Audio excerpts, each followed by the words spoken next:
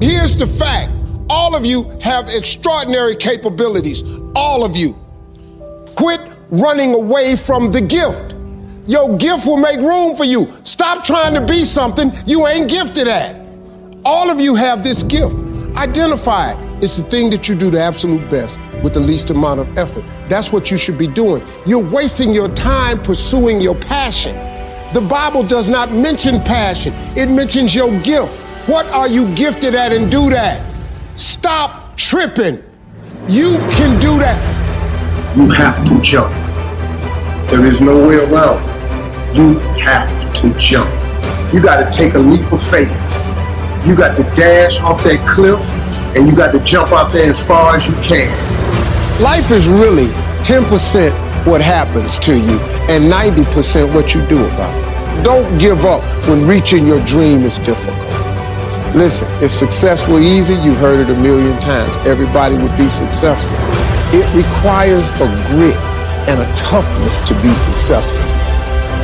When are we done? When we stop developing ourselves, expanding our minds, challenging ourselves, raising the bar on ourselves.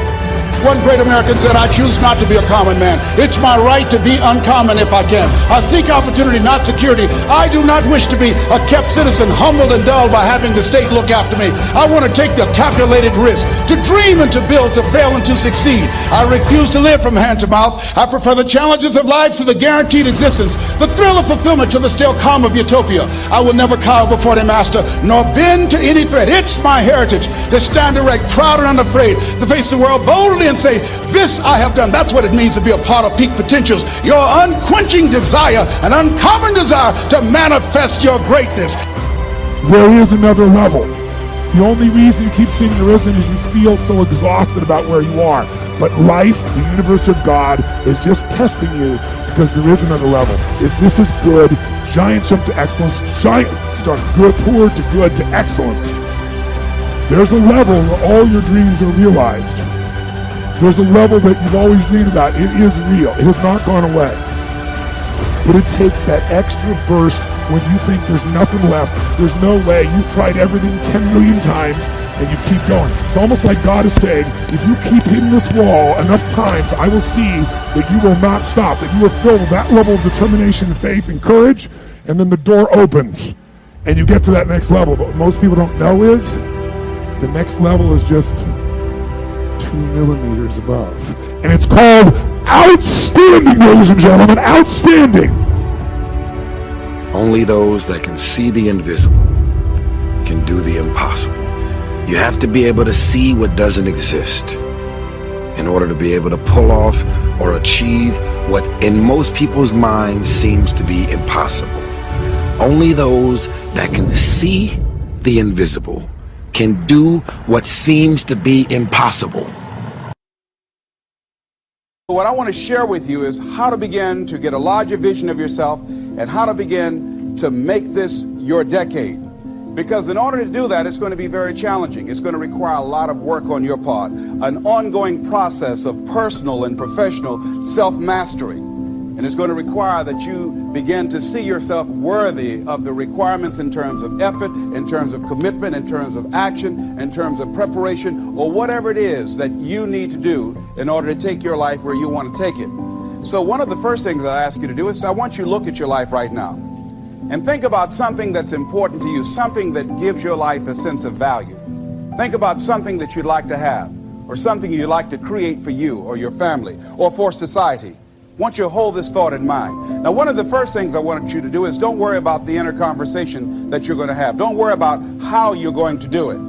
That's going to come. You're going to develop a plan of action. You will find the way. You'll become the kind of person that can attract the people, the resources, and everything you need in order to make that become reality. But I want you to be mindful of your inner conversation. That inner conversation, ladies and gentlemen, is the reason that most people take their greatness, take their ideas to the graveyard with them. You know, the wealthiest place on the planet, a minister said recently, and it was so true, is not the gold mines in the various areas of the world or the diamond mines. The wealthiest place on the planet is the graveyard. Because in the graveyard we will find inventions that we never ever were exposed to, ideas, dreams that never became reality, hopes and aspirations that were never acted upon, because most people allow that inner conversation, for whatever reason, to keep them from ever pursuing their goals. So let us begin to look at what's required in order to make this our decade. Why is it that most people don't ever reach their goals or live up to their true potential? One is fear. And there are only two kinds of fears that we're born with: the fear of falling and the fear of a loud sound. All other fears we learn, like the fear of failure. The next is the fear of success. That's one of the major challenges I had to deal with. I was working on a major project, and after it began to grow and it was extremely successful, I panicked and I walked away from it and gave it to someone else because I didn't believe that I could handle it. The other thing that keeps most people from reaching their goals is that a lot of people become comfortable. They stop growing, they stop wanting anything, they become satisfied.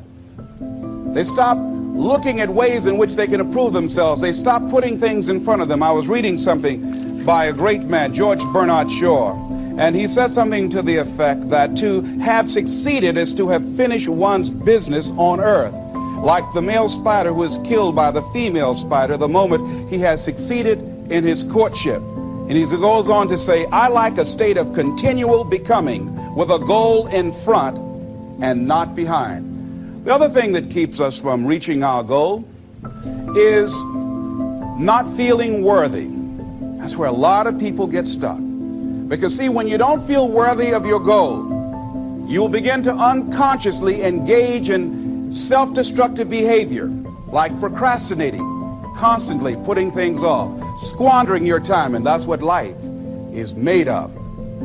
Something else that keeps us from reaching our goal, and that is many times because we spend so much time complaining and blaming everybody or everything. They might moan and groan about their job. I'm sick of this job. I'm sick of you. And they just moan and groan and complain all the time and never do anything about it. They haven't got to the point where they're sick and tired of being sick and tired.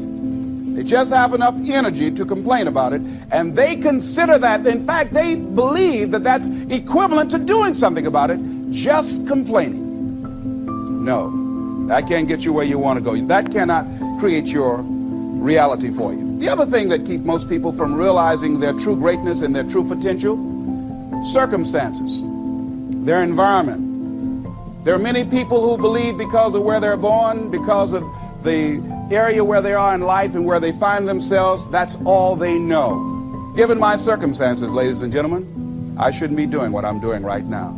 See, I know something about you, even not knowing you, that you've got greatness within you. You have the ability to do things that you can't even begin to imagine. You have talents and skills in you that you haven't even begun to reach for yet. So some of you are going to experience a breakthrough. Some of you are going to go back and look at your dreams and brush them off. Some of you are going to begin to look at yourself and say, hey, look here, I know I have not done all that I can do. Whatever goal that you have in mind, I want that to be a goal that will challenge you, something that will make you stretch. It was Osborne who said, unless you attempt to do something beyond that which you've already mastered, you will never grow. What is it that you looked at some point in time and you decided that you couldn't do it, that you talked yourself out of it? Whatever it is, bring it back out there. How are you going to do it? That will come to you in due time. So you don't get in life what you want, ladies and gentlemen. You get in life what you are, not what you want. See, the good news is that we can always become more by working to develop ourselves. So the first process of making this your decade, you've got to begin to take a look at your life and look at where are you right now? What are your strengths? What are your weaknesses? What gives your life a sense of fulfillment, a sense of joy? What does a full, rich life means to you? What is it that you could love doing 7 days a week that'll bring a smile to your face? Think about that. In all the areas of your life, your professional life, your personal life, your family life, your spiritual life, what is it that you'd like to have? Once you begin to determine that, that takes you to the next step. And that is, once you decide what it is that you want, now you've got to decide that you deserve that. Repeat after me, please. I deserve the best that life has to offer. I deserve to find my purpose in life. Think of a place where you have suffered. Frustration, overwhelm, anger, sadness, feeling not enough something. And what if there was a quick way to end it? Here's how that can be done in a matter of moments. First, you only suffer because of what you focus on. You're focusing on one of three things. 3 words you want to remember going forward. Loss, less, or never. If you're suffering, it's because your brain believes because you did something to me, or the government did, or the company did, or the other employee did, or I did something, or because you didn't do something, or I didn't do something, I have lost something. Lost love, lost time, lost energy, lost respect, lost significance, lost anything. The illusion of loss makes us suffer. All you've lost was your expectations weren't met. Because there's no guarantee in life. Could we walk across the street and get by a car? Of course we can. That's loss. Everything else is an illusion. It just means your preferences weren't met. The second thing that'll make you suffer is if you think something you did or didn't do, or something someone else did or didn't do, cause you have less of something you value. Less love, less joy, less time, less energy, less acknowledgement. If you feel like you have less, you will suffer. And the third one, and the worst one, is if your brain starts believing that you failed to do something, I failed to do something, or you did something, or I did something, that means I will never have that love, have that joy, have that success, have that acknowledgement, have that freedom. When our brain believes we've lost, or we have less, or we'll never, we suffer. And all those are illusion. The way you get out of it is really simple. You're never going to go from suffering to joy. It's too big a jump. So you go from suffering to appreciating something. How many of you, no matter how bad your life is, there's something you can appreciate? Your health, your children, your life, the country you live. How many got something you can appreciate? Say I. Is there something you can appreciate in every moment, even in the worst moment you've been in? Yes or no? Yes or no? And if you're so smart, which I know you are, you should be easily find those things. All it is you decide, I'm not going to suffer, so when I feel it, within 90 seconds, I figured out what it is. I don't live there. I find something to appreciate. I find something next to enjoy. Second step, once you appreciate and enjoy, I want to learn from this. What can I learn? What can I grow?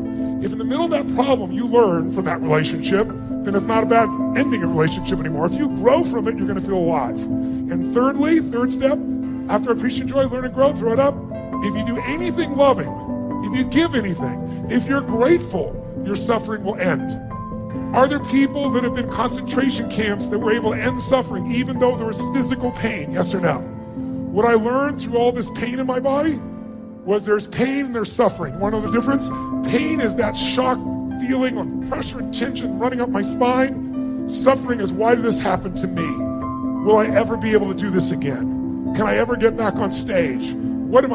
How long will this last? The story is the suffering. It's easy to deal with pain. It's the suffering that makes it so hard. Raise your hand if you follow what I'm talking about here. Say I. So I'm going to give you one technique right now. We'll do it really fast so you know it works. Shake your body up. In fact, right now, develop a quick pattern. I want you to make a move that if you made that move, you feel strong instantly. Just try something. Make a strong move of some sort. Make a move. Make a move. Make a move. Make a sound when you just shout the word yes when you make your move. Make your move. Say yes. Say yes. Say yes. Now here's what I want you to do. How many of you have a situation either at home or in your work environment where there's some unfinished business? Where there's a situation with a person or a situation that you need to handle and it's stressful inside when you think about it, so you try not to think about it, you do other stuff. But it's got to be handled and you've not handled it. How many got an area where there's some suffering like that? Raise your hand nice and high. Let me see. Virtually everybody. Good. Think of that situation that really bugs you and really think about how it really feels if you really let yourself focus on it. And feel what that suffering will be like. And I want you to pick something that on a scale from 0 to 10, where 10 is total suffer and 0 is no suffering at all, that's in the 8 or above range at least. 7, 8, 9, 10. Don't pick a little one because you won't notice in this quick moment enough for you to feel it. I want you to feel a difference. How many got something that needs to be handled, you've not resolved it, you're either pissed off or you feel hurt, or you feel worried, or you're concerned, and you've not handled it, and you put it off, and it needs to be handled. Raise your hand if you got, and the pain of it is, if you focus on it, is 7, 8, 9, or 10. Let me see your hands. Awesome. Here's what I want to show you. A group of scientists discovered something about 20 years ago that's amazing. If I measure your brain waves and your heart waves, your EEG and your EKG, you've probably seen them on, on medical pieces. They look very jagged when you're stressed. They don't look anything alike. Your brain waves and your heart waves. But if all you do is put both your hands on your heart, try it now, and you physically feel your heart. See the example I'm giving you? So this is frustration. You can see they look nothing like each other.